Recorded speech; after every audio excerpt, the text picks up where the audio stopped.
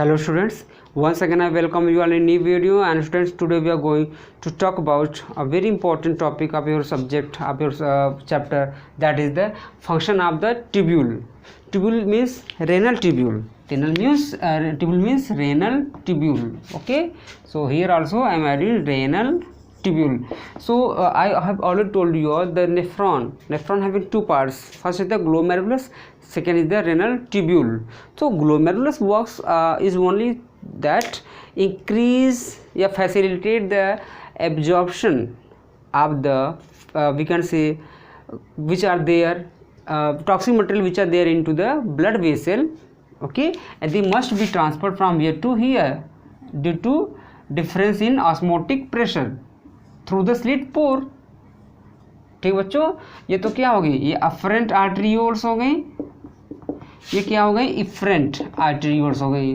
ठीक है, एक ही मैंने बताया कि आप समझ जाइए, छोटे वहाँ पे गंदगी फैलाने की कोई ज़रूरत नहीं है. ठीक है, कॉन्सेप्ट समझाना चाहिए.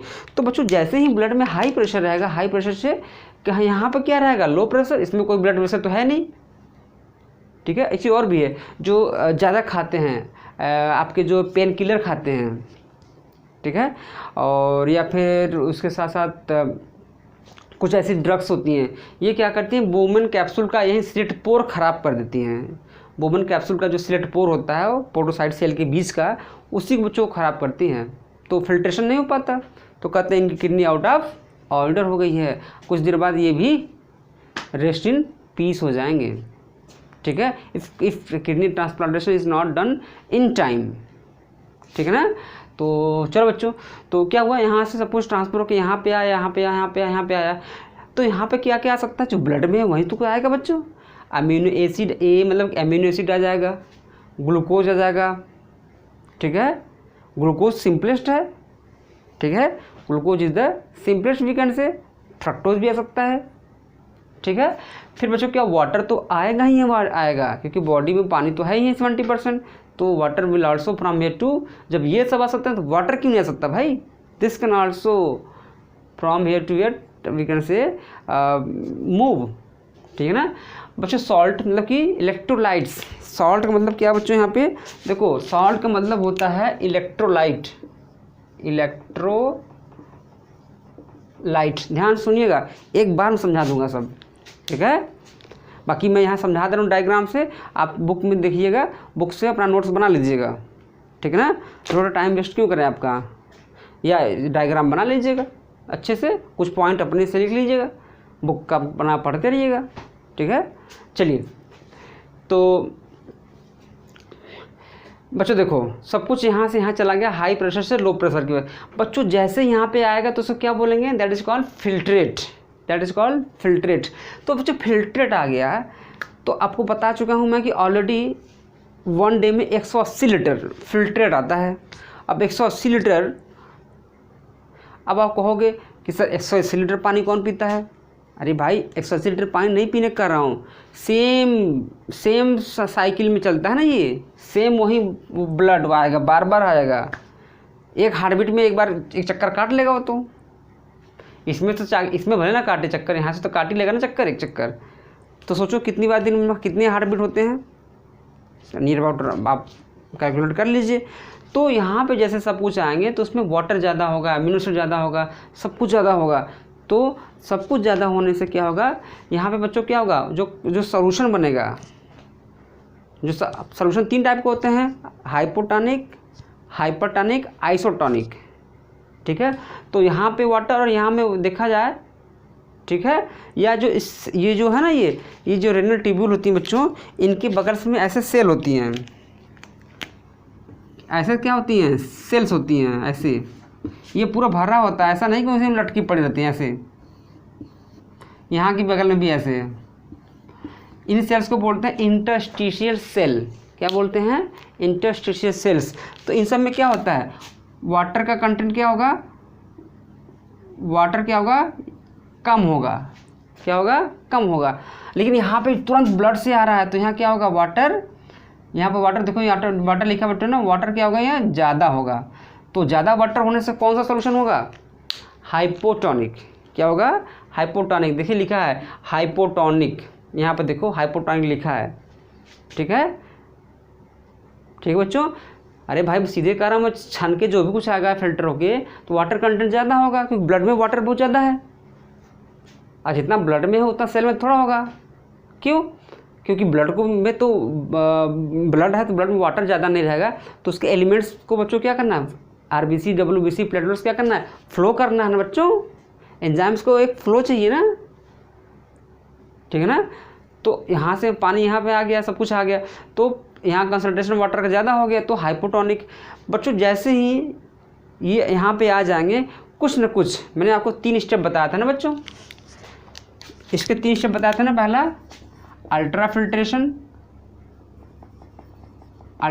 यूरिन फॉर्मेशन का था ना 3 स्टेप, अल्ट्रा फिल्ट्रेशन। दूसरा सेलेक्टिव रीअब्जॉर्प्शन,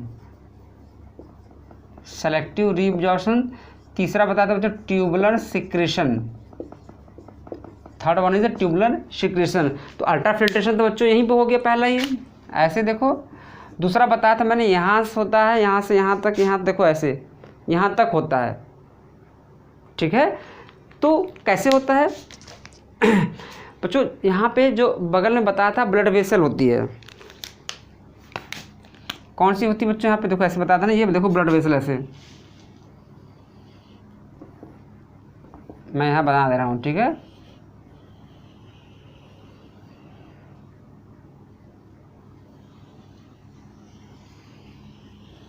इसको क्या बोलते हैं, vasa recta, that is called vasa recta. तो बच्चों यहाँ से जो कुछ रहेगा इस ब्लड, देखो ब्लड वेसल देखो यहाँ तक बना देते हैं, अब कन्फ्यूजन ना हो बच्चों, चारों ओर कॉइल रखते हैं ना।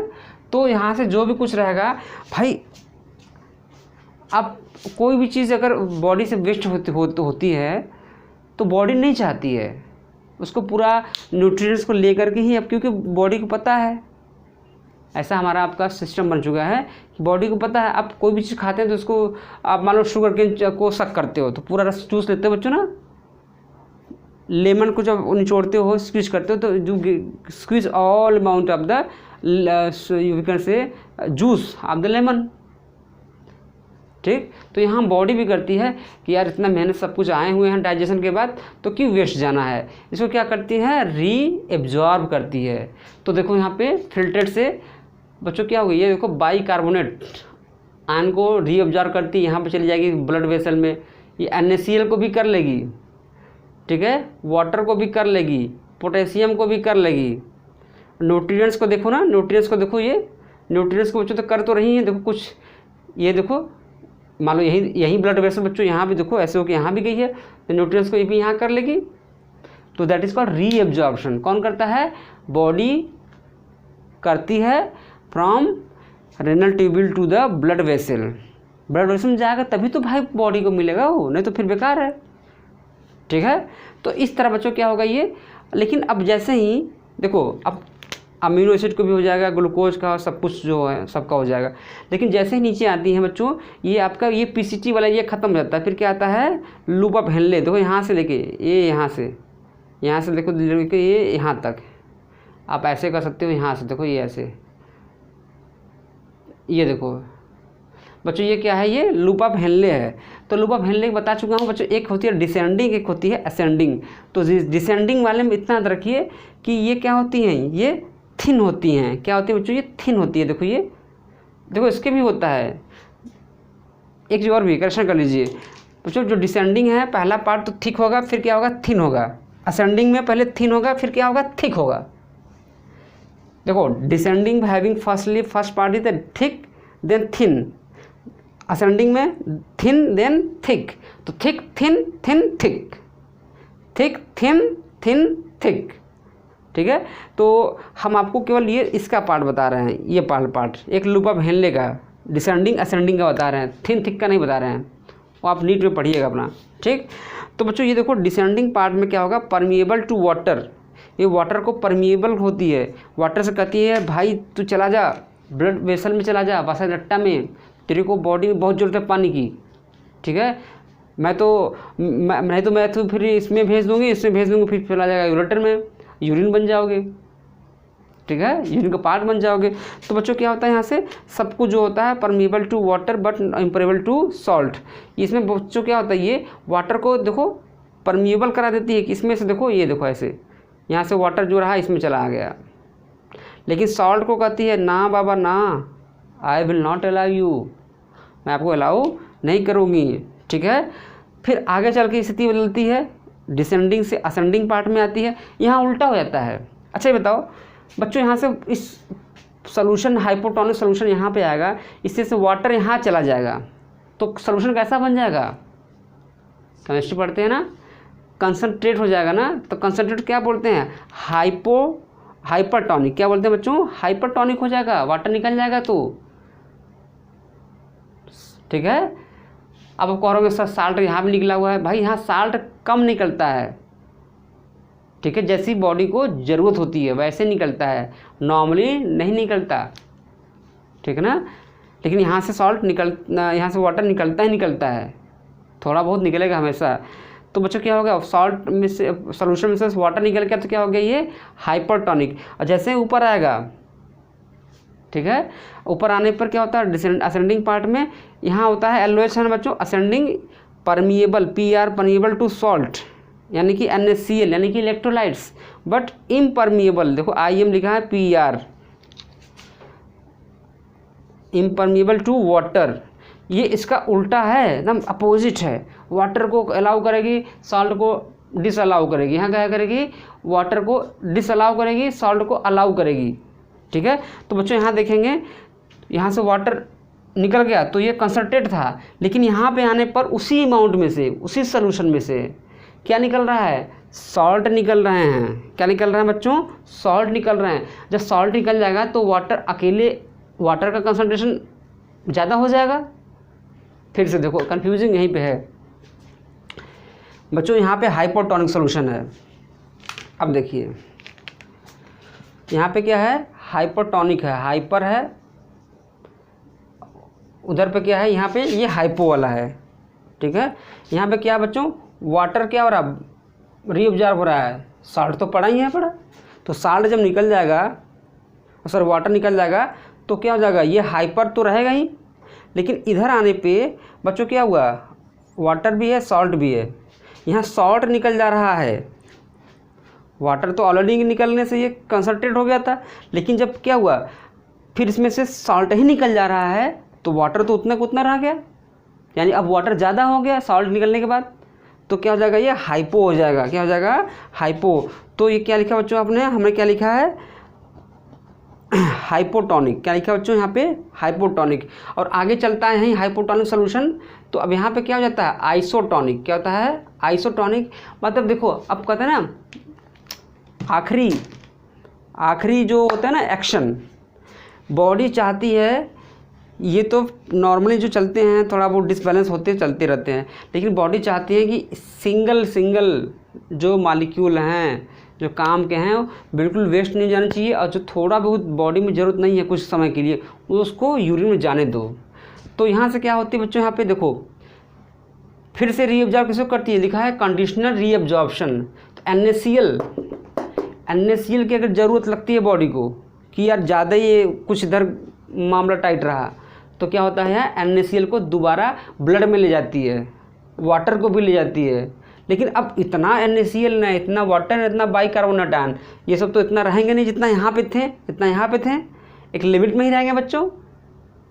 ठीक है, तो क्या करो, इन सबको वापस कंडीशनल रीअब्जॉर्प्शन हमेशा नहीं होता है, it must be noted, does not take place always time. ठीक है, या ऑलवेज कर सकते हैं, कंडीशनल में लिख दिया है।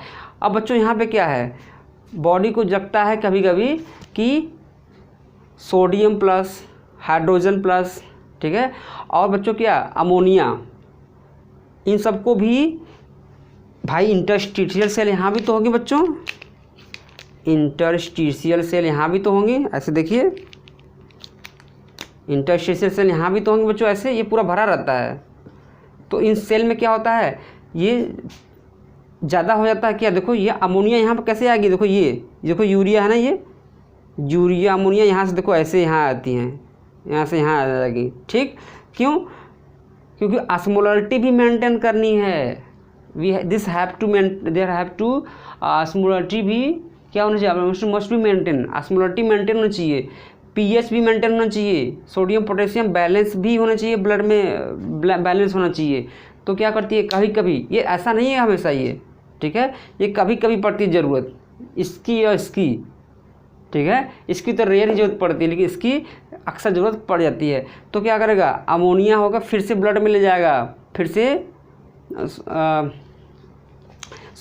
अमोनिया ज़्यादा हो जाएगा, फिर समझ लीजिए अमोनिया लिखा है बच्चों यहाँ पे, पोटेशियम लिखा है, हाइड्रोजन, ये अगर इंटरस्टिशियल फ्लूइड में ज़्यादा हो जाएगा, ठीक है, तो वापस कहाँ भेज देगी इसको, इसमें भेज देगी जो लूप ऑफ हेनले है, ठीक है ना, इसमें वापस भेज देगी कहाँ से, जो फ्लूइड वाले जो फ्लूइड है इंटरस्टिशियल सेल्स हैं जिसमें NaS ज़्यादा हो गया, पोटेशियम ज़्यादा हो गया, हाइड्रोजन ज़्यादा हो गया, तो इसको यहाँ पे जो इंटरस्टिशियल सेल्स थे उसमें से निकाल के वापस लूप ऑफ हेनले के कह सकते हैं कि PCT वाले पार्ट में। ये कौन सा पार्ट है बच्चों, ये कौन सा पार्ट है, दिस इज़ द PCT,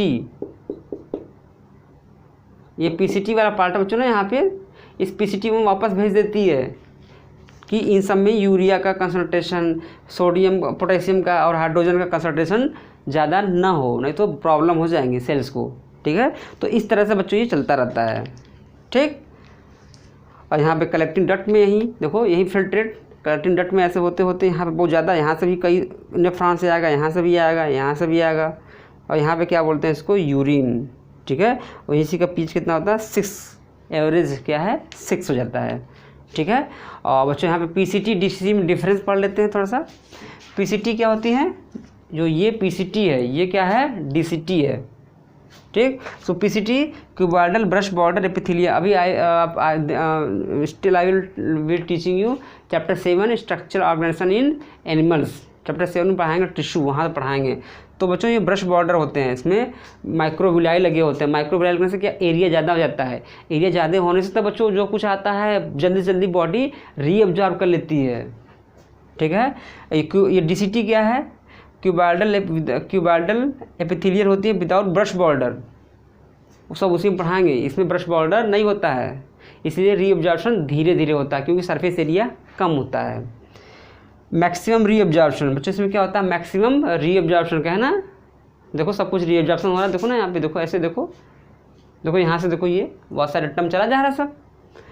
और क्या होता है conditional reabsorption according to requirement, ये BHU जो होता था ना, BHU PMT होता था आज से 10 साल पहले, तब क्वेश्चन आते थे ये सब, ठीक है।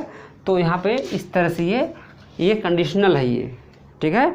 चलो बच्चों, तो आई होप कि आपको समझ में आ गया होगा, और चलिए ठीक है, just have a screenshot and आप बुक पढ़ लीजिए, बुक से आप नोट्स खुद बना सकते हैं, ठीक है। इसको अब डायग्राम मैंने समझा दिया, मेन तो डायग्राम ही है, ठीक है। So students, thanks for watching this video, and if there is any doubt you may comment in comment box and you may contact on my personal WhatsApp also.